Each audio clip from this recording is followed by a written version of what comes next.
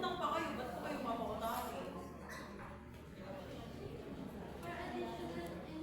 Hindi, ako mismo, bakit ko kayo papautangin? Eh, may utang pa kayo. So, parang hindi naman maganda yun sa record mo. May utang pa kayo. Ma'am, our record is the bank that we... Kuya, ingay talaga, promise. Wag na sa galas. Ano po? Yung pinagutanan po namin ng bank is, we have records and nakakabayad po kami in time. And yung records po namin, hindi po, we met the quota and deadline of the payment po. 50,000! Nagbabayad kayo ng 500,000 na utang, tapos sa utang kayo 250, magbabayad din kayo. Hindi ko parang maliit yung kinikita. Yes, Para sa ma'am, laki but ng it utang. was like average lang po. It's estimated lang po. Oo nga. Eh, parang maliit pa rin. 50,000. Kasi 1.5 million yung halaga ng business niya, tapos kung dadagdagan niyo pa ng utang niyo, magkano rin yung utang niya? 250. So, 1.75 million yung halaga ng business niyo. Pero ang kinikita niyo lang monthly is 50,000. Parang hindi kayo makakabayad ng utang. Ma'am, we're planning to, using our loan, we're planning to expand our business, which is offering more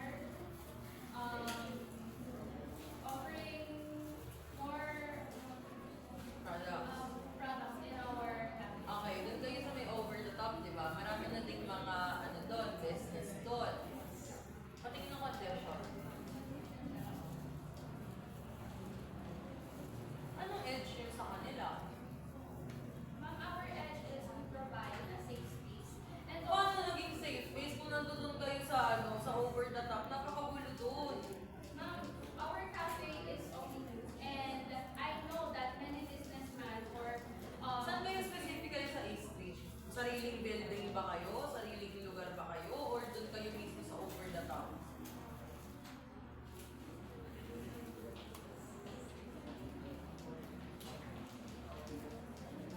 sa over the top. Kung safe space, tapos sa over the top kayo, di nyo yun ma-achieve. Walang safe space doon.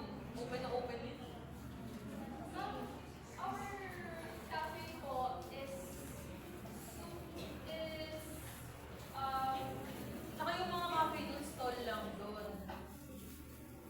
ma'am, yung cafe po namin is not that open sa mga maraming tao, pero we're targeting freelancers and business workers because they So, hindi kayo dapat sa mismo over the top. Dapat may sarili kayong place. Kasi kung gusto nyo na ang ano nyo, peaceful, hindi peaceful doon. Magpalit kayo ng lugar, magpalit kayo ng ano.